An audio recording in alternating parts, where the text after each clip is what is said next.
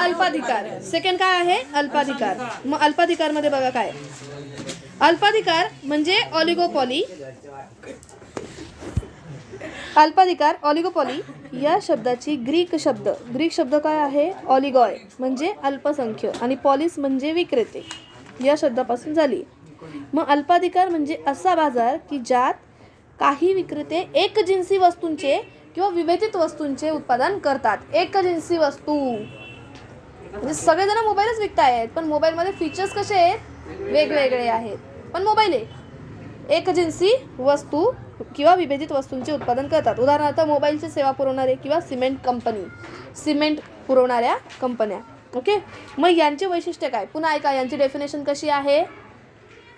तर त्यांनी म्हटलंय की अल्पाधिकार म्हणजे असा बाजार जिथे एकजिन्सी वस्तू विकणारे गट असतात. राहील लक्षात? एकजिन्सी वस्तू विकणारे गट असतात. मग बघा त्याच्यात त्यांची वैशिष्ट्य काय आहेत? सगळ्यात पहिलं आहे काही विक्रेते. अल्पाधिकार याच्यात जास्त विक्रेते असतात का? नाही, काही विक्रेते असतात. अल्पाधिकार बाजारात काही उद्योग संस्था किंवा विक्रेते असतात. बाजारपेठेवर काही संस्थांचे वर्चस्व असते, तसेच किमतीवर आणि वस्तूच्या उत्पादनावरही यांचं लक्षणीय नियंत्रण असतं. म्हणजे तुम्ही जर का बघाल ना, तर तुम्ही सॅमसंगमध्ये जो मॉडेल बघाल, सेम त्याच मॉडेलचे दुसऱ्या कंपनीच्या मॉडेलमध्ये सुद्धा काय असणार आहे? फीचर्स सेम टू सेम असणार आहेत. म्हणजे यांचं किमतीवर आणि त्याच्या मॉडेलवर की त्याच्या दर्जावर अगदी लक्षणीय असं नियंत्रण असतं. म्हणजे थोडक्यात काय, तर तुम्ही सॅमसंगचा M31 बना आणि तिकडेच तो जर का त्यांनी ओप्पोचा M31 म्हटलं आहे किंवा मग साईड बाय साईड, यांच्या प्राइसेस कशा असतात? सेम टू सेम, थोड्याशा पुढे मागे असतात. यांचे फीचर्स पण थोडेसे पुढे मागे असतात. म्हणजे यांचं एकमेकांच्या किमतीवर किंवा एकमेकांच्या वस्तूंवर कसं असतं नियंत्रण? अगदी लक्षणीय नियंत्रण असतं, व्यवस्थित नियंत्रण असतं. आलं का लक्षात? म्हणजे यांचं सगळीकडे चांगलंच निरीक्षण आणि नियंत्रण असतं अल्पाधिकारामध्ये. नेक्स्ट, परस्परावलंबन. मग याच्यामध्ये बघा, प्रतिस्पर्धकांनी घेतलेल्या कोणत्याही निर्णयाच्या बाबतीत विक्रेत्यांनी दक्ष राहावे लागते. म्हणजे काय? ह्यांच्याच मोबाईलचा एक्झॅक्टली प्रतिस्पर्धी जो असेल त्यांना एकमेकांच्या निर्णयांबद्दल काय राहावं लागतं? दक्ष राहावं लागतं. कोणी कोणता निर्णय घेतलाय आणि तो मार्केटमध्ये आलाय, बाजारात कोणतीतरी नवीन ट्रेंड आलाय, ह्या सगळ्या गोष्टींकडे त्यांना लक्ष ठेवावं लागतं. या बाजारात काही विक्रेते असल्यामुळे एखाद्या उद्योग संस्थेने वस्तूच्या किमतीत बदल केल्यास इतर उद्योग संस्थांनाही स्पर्धेत जर का टिकून राहायचं असेल तर त्यांनाही बदल करावा लागतो. आलं का लक्षात? म्हणजे बघा, जुळवून घेणारे जर का स्पर्धक नसतील तर ते स्पर्धेतनं बाद होतात. उदाहरणार्थ एक्झाम्पल आहे आपल्याकडे मोटोरोला. ही सगळ्यात जुनी आणि सगळ्यात टिकाऊ मोबाईल्स तयार करणारी कंपनी होती. सोनीने पण खूप सारे टिकाऊ मोबाईल बनवले होते. त्यानंतर नोकियाचे मोबाईल सुद्धा खूप टिकाऊ होते. म्हणजे तुम्ही त्यांना कितीही आपटा, कितीही पाण्यात बुडवा तरी सुद्धा ते चांगले राहायचे. पण स्पर्धेनुसार ते बदलले नाही. त्याच्यामध्ये अँड्रॉइड आला नाही आणि त्यामुळे ते स्पर्धेतनं बाद झाले. जर का यांना स्पर्धेत टिकून राहायचं असेल तर यांना एकमेकांच्या बदलांच्या बाबतीत दक्ष राहावं लागतं आणि त्या बदलांसोबत यांना जुळवून घ्यावं लागतं. म्हणजे थोडक्यात जसे बदल घडतायत तसे यांनाही आपल्या वस्तूत बदल करावे लागतात. याला आपण म्हणतो अल्पाधिकार. नंतर बघा, जाहिरात. सुनो मेरी बात, जाहिरात नाही तो अल्पाधिकार नाही. म्हणजे जर का तुम्ही वस्तूची जाहिरात केली नाही तर कोणाला माहितीच नाही होणार कोणत्या वस्तूत कोणतं फीचर आहे, कोणता नवीन बदल झाला आहे. सो जाहिरातीत अल्पाधिकारात सर्वात जास्त खर्च होतो. बघा इथे दिसतंय, अल्पाधिकार बाजारात जाहिरात हे प्रभावी साधन आहे. अल्पाधिकारात उद्योग संस्था या जास्तीत जास्त बाजारपेठा काबीज करण्याचा उद्देशाने, बाजारपेठा काबीज करणं, बाजारपेठ मिळवणं, जास्तीत जास्त लोक आपल्या वस्तू विकत घ्यावे या हिशोबाने आक्रमक आणि आकर्षक जाहिरात मोहीम हाती घेऊ शकतात. एकदम आकर्षक आणि आक्रमक अशा जाहिराती हे लोक बनवतात. तुम्ही बघा, प्रत्येक फोन्सच्या वेगवेगळ्या जाहिराती या कंटिन्युअसली, फेसबुक असो, तुमचं इंस्टाग्राम असो किंवा मग तुमचे सगळे सोशल मीडियाज असो, यूट्यूब असो, कशावरही. यूट्यूबला तुम्ही एक व्हिडिओ बघा, त्या व्हिडिओच्या मध्ये सारखे ॲड्स येतात है ना. या सगळ्या ॲड्स काय असतात, ह्या कशासाठी असतात, तर यांचे प्रोडक्ट्स लोकांना माहिती व्हावे म्हणून असतात. सो अल्पाधिकारामध्ये म्हणजे ऑलिगोपॉलीमध्ये जाहिरातीवर सर्वात जास्त खर्च केला जातो. प्रवेशावर निर्बंध. जेव्हा कंपन्या जेव्हा पाहिजे तेव्हा सहजपणे उद्योगातून बाहेर पडू शकतात, परंतु त्यात प्रवेश करण्यासाठी विशिष्ट अडथळ्यांना तोंड द्यावं लागतं, जसं सरकारी परवाना किंवा पेटंट्स. म्हणजे इतनी सारी मोबाईल की कंपनी आहे, अब मेरे को भी आने का है, तर मला प्रूफ करून दाखवावं लागेल की या सगळ्यांपेक्षा काहीतरी वेगळं माझ्याकडे आहे. असा निर्बंध आहे इथे प्रवेशात. इथे कोणीही कधीही येऊ शकतं, पण प्रवेशावर सरकारी पेटंट्सचे निर्बंध आहेत. सरकारी निर्बंध आहेत. कशासाठी आहेत? तर तुम्हाला तुमच्या प्रोडक्टला सगळ्यांपासून वेगळं काय करावं लागेल आहे असं दाखवून द्यावं लागेल. आलं लक्षात? समानतेचा अभाव. म्हणजे आकाराच्या बाबतीत असमानता असते.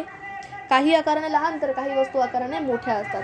म्हणजे बघा, M31 इकडे म्हणतोय आणि M31 तिकडे पण म्हणतोय, पण हा साईजला थोडासा छोटा असेल, हा साईजला थोडा मोठा असेल. ह्याच्याकडे एखादं फीचर जास्त असेल, ह्याच्याकडे एखादं फीचर कमी असेल. म्हणजे याच्यामध्ये असमानता असते. समानतेचा अभाव. समानता कधी सापडणार नाही. आणि अनिश्चितता. या बाजारात लक्षणीय आणि विचार घेण्या इतपत अनिश्चितता असते. म्हणजे चला तो बहुत चलेगा, नहीं तो कुछ नहीं. ते म्हणतात ना, चले तो रात तक, नाही तो नाही, चले तो चांद तक, नाही तो रात तक. म्हणजे व्यवसाय चालला तर अपरंपारही चालू शकतो, नाही चालला, लोकांनी विकत नाही घेतला तर त्याच दिवशी ठप्प होऊ शकतो. अनिश्चितता ऑलिगोपॉलीमध्ये म्हणजे आपल्या अल्पाधिकारमध्ये सर्वात जास्त असते. कारण या बाजारात उत्पादकाच्या वर्तनाचे स्वरूप हे विविध प्रकारचे असते. उत्पादनं एका प्रकारचीच असतात का? नो, वेगवेगळ्या प्रकारचे असतात. तुम्हाला काय वाटतं, ह्यांनी मध्येच M31 काढला आणि मध्येच M20, आधी M21 होता, मध्येच M31 काढला, हे मधले 10 कुठे गेले? हे मधले 10 काय होते? हे त्यांचे प्रयोग होते, जे प्रयोग कामात नाही आले. ते प्रत्येक प्रयोगाला वेगळे दरवर्षी वेगवेगळं नाव, एकच नाव देणार आहेत का? पॉसिबल नाही आहे. सो त्यांचे हे जे आहेत ना, हे मधले फ्लॉप प्रयोग असतात. म्हणजे यांच्याकडे एकच वर्तन आहे का? नाही, वेगवेगळे वर्तन आहेत. प्रतिस्पर्धी उद्दिष्टांच्या बाबतीत एकमेकांशी हातमिळवणी करून एकमेकांना सहकार्यही करू शकतात किंवा एकमेकांशी संघर्षही करू शकतात. फॉर एक्झाम्पल, रिलायन्सवाल्यांनी, आपले जे रिलायन्सवाले, जिओवाले, त्यांनी आणि मोटोरोला कंपनी किंवा मग एक दुसरी कंपनी होती, ती कंपनी, त्या कंपनीचं मला नाव नाही माहिती, यांनी त्या कंपनीशी हातमिळवणी केली. ते 1500 वाले डबडे नाही काय आले आपल्याकडे, त्याच्यामध्ये नेट जिओचं मिळत होतं वगैरे. ते काय होतं, मोबाईल दुसऱ्या कंपनीचा होता, पण त्याच्यात नेटवर्क जिओचं होतं, रिलायन्स कंपनीचं होतं. म्हणजे यांनी हातमिळवणी केली कुणाशी तरी आणि यांचा व्यवसाय चालवला. म्हणजे इथे अल्पाधिकारामध्ये हातमिळवणी करूनही व्यवसाय चालवू शकतात किंवा परस्पर संघर्ष करूनही व्यवसाय चालवू शकतात. फॉर एक्झाम्पल, ओप्पो, विवो आणि आपली सॅमसंग हे काय करतायत? एकमेकांशी संघर्ष करतायत, कॉम्पिटिशन करतायत.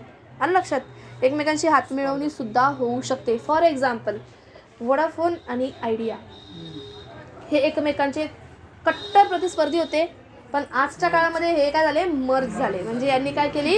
हातमिळवणी केली. याआधी ते काय होते? प्रतिस्पर्धी होते. म्हणजे हे जे सिम कार्ड्सवाले आहेत, हे जे नेटवर्कवाले आहेत, हे लोक काय आहेत? अल्पाधिकारामधले आहेत. अलग लक्षात, सिमेंटवाले आहेत ते अल्पाधिकारवाले आहेत, मेडिसिन्सवाले आहेत ते अल्पाधिकारवाले आहेत. अलग लक्षात. हे होते आपले काय फीचर्स अल्पाधिकाराचे फीचर्स. सगळ्यात पहिलं काय होतं बरं सांगा? काही विक्रेते जास्त नाही. परस्परावलंबन म्हणजे काय? तर एकमेकांच्या उत्पादनाकडे लक्ष ठेवायचं आणि जसा बदल होईल त्यानुसार आपल्या ह्याच्यात बदल करायचा. नंतर जाहिरात आकर्षक आणि आक्रमक जाहिरात असेल तर प्रोडक्ट जास्त विकला जातो. म्हणजे प्रोडक्शनचा इथे जाहिरातीचा खर्च जास्त. प्रवेशावर निर्बंध म्हणजे प्रवेशास काही निर्बंध नाही आहेत, पण सरकारी बंधनं आहेत किंवा पेटंट्सची बंधनं आहेत. म्हणजे तुम्हाला तुमचं प्रोडक्ट वेगळं दाखवून द्यावं लागेल. समानतेचा अभाव. इथे आकाराच्या बाबतीत लहान मोठे असू शकतात, समानतेचा अभाव असतो. फीचर्सच्या बाबतीत म्हणजे वैशिष्ट्यांच्या बाबतीत पण गोष्टीला काय असू शकतात? अभाव असू शकतो, असमान असू शकतात. आणि अनिश्चितता म्हणजे या बाजारामध्ये अलक्षणीय अशी अनिश्चितता असते. लक्षणीय अशी काय असते? अनिश्चितता. म्हणजे व्यवसाय चालूही शकतो किंवा व्यवसाय तातडीने बंदही होऊ शकतो. आलं लक्षात? हे होते तुमचे फीचर्स इन मराठी अल्पाधिकारचे. आता हेच बघू आपण इंग्लिशमध्ये. मला माहितीच होतं असंही तुमचे सर नाही येणार लगेच. एक मिनटं होल्ड करा फक्त.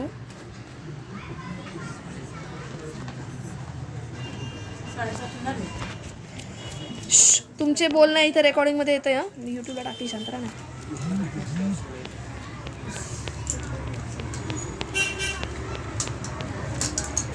काय हे पेजेस का चेंज नाही होते. चला नेक्स्ट बघा, सुनो मेरी बात. चला आपलं काय बघत होतं आपण, oligopoly. Okay, where is oligopoly. Oligopoly तुमच्या आवाज इथे रेकॉर्डिंग्समध्ये येत आहेत, तोंड बंद ठेवा. Oligopoly means where there are a few firms. बघा, it is that market where there are few firms in the market producing either homogeneous product or differentiated products. हे एकतर सेम टू सेम प्रोडक्ट्स विकू शकतात किंवा differentiated products विकू शकतात. एक तर एकजिन्सी किंवा विभेदित.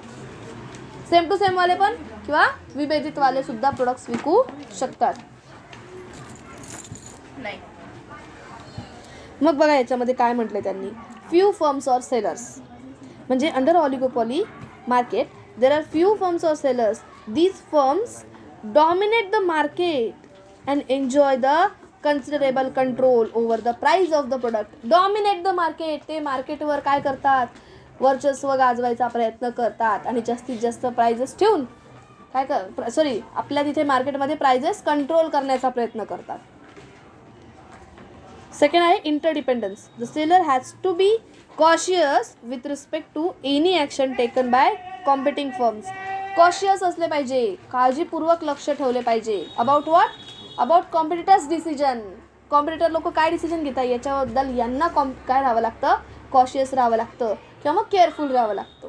कॉशियसच्या ऐवजी तुम्ही काय म्हणू शकता, केअरफुल असू शकता.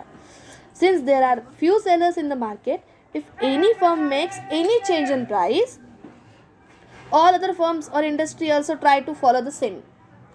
जर का किसी ने प्राइस कम किया तो बाकी सगळे लोक सुद्धा प्राइस कमी करायचा प्रयत्न करतात. एखाद्याने फायनान्स दिला 12 महिन्यांचा, लगेच दुसरा पण फायनान्स द्यायला प्रयत्न करतो 12 महिन्यांचा. कळलं का? म्हणजे तुम्हाला माहिती असेल की नाही, पण सॅमसंगच्या प्रोडक्ट्सवर स्पेशली आहे ना होम क्रेडिटचं फायनान्स होत नव्हतं. पण जेव्हा सॅमसंगच्या कंट्रोलर्सला असं कळलं की विवो आणि ओप्पोमध्ये होम क्रेडिटचं फायनान्स देत आहे, तर त्यांनी सॅमसंगला पण अलाउ केलं. त्याच्यानंतर advertising is powerful instrument in the hands of oligopolist. ऑलिगोपॉलिस्टच्या हातामध्ये जर का सगळ्यात महत्त्वाचं आणि ताकदफुल कोणतं साधन आहे तर ते आहे ॲडव्हर्टायझिंग. कन्झ्युमरला काय माहीत तुमच्या प्रोडक्टमध्ये काय वेगळं आहे, ते कशामुळे कळणार आहे, ॲडव्हर्टायझिंगमुळे. So a firm under oligopoly can start an aggressive and attractive advertisements or advertising campaigns. ते मोठमोठ्याला ॲडव्हर्टायझिंग कॅम्पेन्स ऑर्गनाईज करू शकतात फॉर देअर प्रोडक्ट लोकांना माहिती करून द्यायचं आहे की नाही, है ना. त्याच्यामुळे ते काय करू शकतात, ॲग्रेसिव्ह आणि अट्रॅक्टिव्ह अशा ॲडव्हर्टाईज देऊ शकतात. Fairly large number of buyers. म्हणजे बघा, मी काहीतरी उलट जाते, इकडे येतात. Entry barriers. The firm can easily exit from the industry wherever it wants. म्हणजे फर्मला कधीही एक्झिट करता येऊ शकतं, कधीही निघून जाता येऊ शकतं. But has to face certain entry barriers such as government licence and patents. त्यांना एंट्री बॅरियर्स मात्र काय असतात, तिथे असतात. एक्झिट करायला काही बॅरियर्स नाही, पण एंट्री करायला बॅरियर्स आहेत, लाईक लायसन्स, गव्हर्नमेंट लायसन्स और पेटंट्स. थांब 2 मिनटं. Lack of uniformity. There is a lack of uniformity among the firms in the term of their size. फर्मच्या साईजमध्ये सुद्धा काय असतो तर चेंज असतो. फर्मची साईज म्हणा किंवा प्रोडक्टची साईज म्हणा, या दोघींमध्ये काय असतं तर युनिफॉर्मिटीचा चेंज असतो. काही फर्म्स लार्ज असतात तर काही फर्म्स स्मॉल असतात. काही फर्म्सचे प्रोडक्ट्स लार्ज असतात, काही फर्म्सचे प्रोडक्ट्स स्मॉल असतात. Some firms may be small while others may be bigger size. काही फर्म्स छोट्या असू शकतात तर काही फर्म्स मोठ्या. जर का तुम्ही ओप्पो विवो म्हणाल तर यांच्या फर्म्स छोट्या आहेत, पण सॅमसंगची फर्म ही खूप मोठी आहे. चला next, uncertainty. There is a considerable element of uncertainty in this type of market. या मार्केटमध्ये खूप सारी कन्सिडरेबल, सर्वात जास्त अनसर्टन्टी आहे. का बरं? Because rivals may join hands or cooperate or may try to fight each other. Rivals, प्रतिस्पर्धी, may join hand and cooperate, एकमेकांना कोऑपरेट पण करू शकतात, और फाईट विथ इच अदर, किंवा ते एकमेकांसोबत स्पर्धाही करू शकतात. So here is so many uncertainties. म्हणजे तुम्ही कधी असं म्हणू शकत नाही की आज म्हटले तुम्ही की ते आयडिया आणि वोडाफोन हे एकमेकांचे प्रतिस्पर्धी होते, हे काय करत होते, फाईट करत होते विथ इच अदर. पण त्याच्यानंतर दुसऱ्या वर्षी काय झालं, दे जॉईंट हँड, त्यांनी काय केलं, एकमेकांशी कोऑपरेट केलं. हे आपण कसले बघितले, ऑलिगोपॉलीचे. आता उद्या आपण बघणार मोनोपॉलिस्टिक कॉम्पिटिशन.